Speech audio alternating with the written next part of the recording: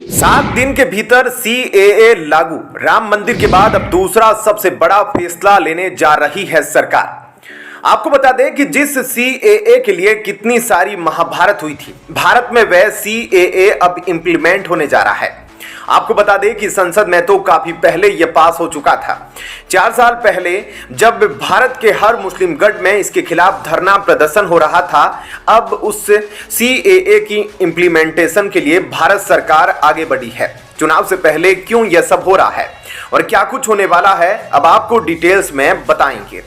तब आप ज्यादा क्लियर तरीके से जानेंगे कि यह कितना सही है या कितना गलत। यह तमाम चीजें इस वीडियो में कवर करेंगे। दोस्तों, आपको बता दें कि चुनाव के जस्ट पहले सरकार सीएए एक्ट लागू करने वाली है। जानकारी के लिए बता दें कि यूनियन मिनिस्टर शांतनु ठाकुर द्वारा यह क्लेम किया गया है कि सीएए अगले 7 दिन के अंदर इंप्लीमेंट कर दिया जाएगा। इस एक्ट के बारे में आपको थोड़ी जानकारी दे देते हैं कि इस एक्ट के तहत सरकार का यह कहना था कि इंडियन नेशनलिटी दी जाए उन प्रोसिक्यूटेड नॉन मुस्लिम माइग्रेंट्स को।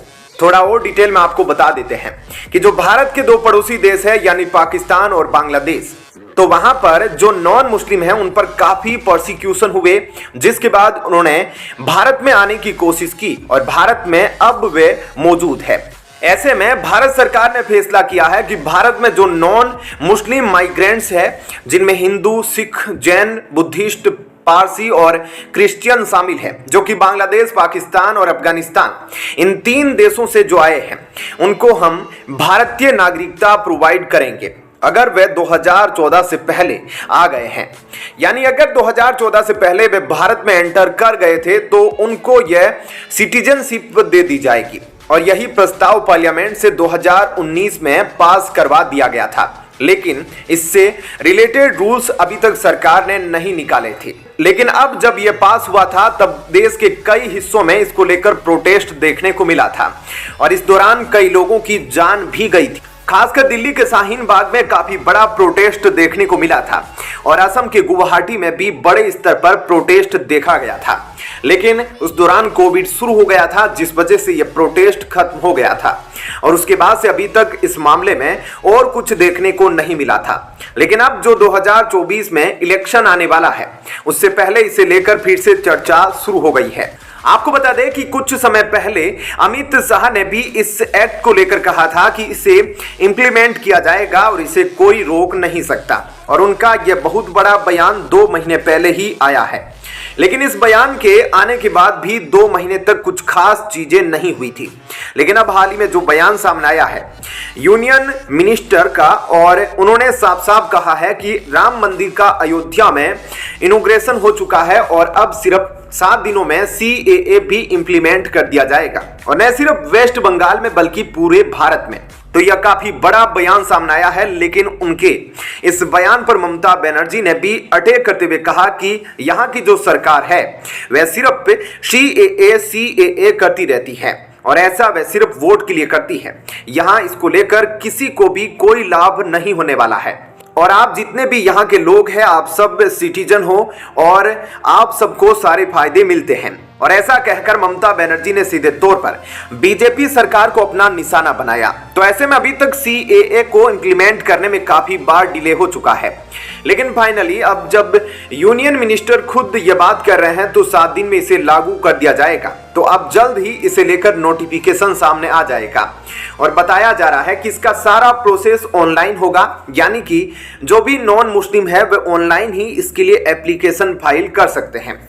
तो दोस्तों, ऐसे में इस खबर के बारे में आपकी क्या राय है, हमें कमेंट करके जरूर बताएं। जय हिंद, जय भारत। यूएनएससी में इंडिया की परमानेंट सीट पर इलोन मस्क की मांग से मच गया बवाल। भारत पर आरोप लगाते ही पाकिस्तान पर अमेरिका ने बरसाए थप्पड़।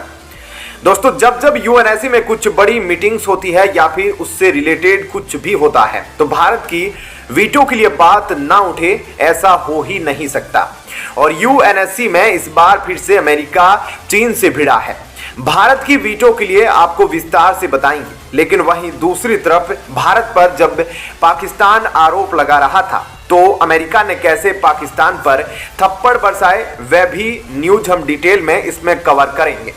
दरअसल अमेरिका में सबसे पावरफुल मैन प्रेसिडेंट बाइडेन के बाद कोई है तो इलॉन मस्क है। वो अब भारत की वीटो के लिए चीन से भिड़ गए हैं, क्योंकि इलॉन मस्क जानते हैं कि भारत के पास वीटो पावर नहीं है।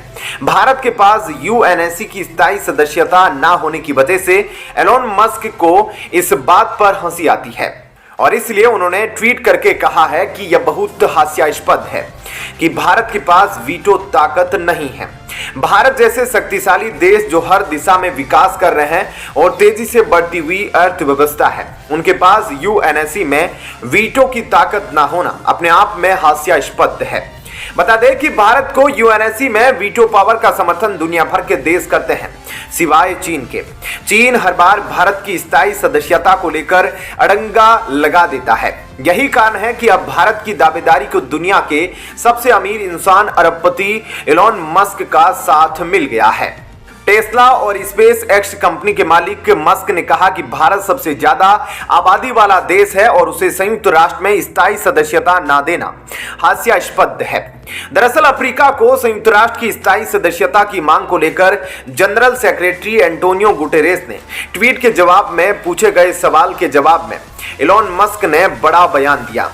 मस्क ने ट्वीट करते हुए कहा कि संयुक्त राष्ट्र के निकायों की समीक्षा करने की जरूरत है और समस्या यह है कि जिन देशों के पास बहुत ज्यादा ताकत है वे इसे छोड़ना नहीं चाहते हैं।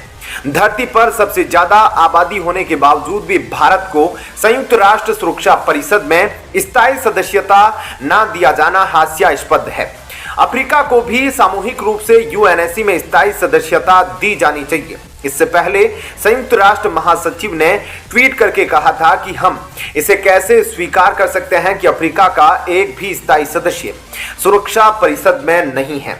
बता दें कि भारत की यूएनएससी में परमानेंट सीट के पीछे सबसे बड़ा अड़ंगा इस वक्त चीन ने डाला हुआ है, क्योंकि चीन को यह डर है कि भारत अगर स्थायी सदस्यता हासिल कर लेता है तो भविष्य में उसका प्रभाव कम हो जाएगा और इसलिए वह भारत को इससे बाहर रखने के लिए तमाम चालें चल रहा है। तो वहीं दूसरी तरफ पाकिस्तान ने फिर से भारत पर बड़ा इल्जाम लगाया है और यह दावा किया है कि भारतीय एजेंट्स ने पाकिस्तान में घुसकर 2 लोगों की हत्या कर दी है। पाकिस्तान के विदेश सचिव ने दावा किया कि रावलकोट और सियालकोट में 2 पाकिस्तानी नागरिकों की हत्या हो गई है। साथ ही इन्होंने यह भी कहा कि इनकी हत्या और भारतीय एजेंट के बीच संबंध के उनके पास पुख्ता सबूत है। उन्होंने आरोप लगाया है कि पाकिस्तान में हत्याएं करने के लिए भारतीय एजेंट भाड़े के लोगों को भर्ती कर रहे हैं और उन्हें फंडिंग भी कर रहे हैं। भारतीय मीडिया और सोशल मीडिया पर इन दोनों की हत्या को कामयाबी के तौर पर दिखाया और इन हत्याओं के लिए भारतीय एजेंट ने हाईटेक तरीके अपनाए। उन्होंने सोशल मीडिया और दाइश के फर्जी अकाउंट के जरिए लोगों को भर्ती किया। ऐसे में पाकिस्तान के इस इल्जाम पर अमेरिका ने भी प्रतिक्रिया देते हुए कहा कि इस मामले को लेकर हमारे पास कोई विशेष जानकारी नहीं है।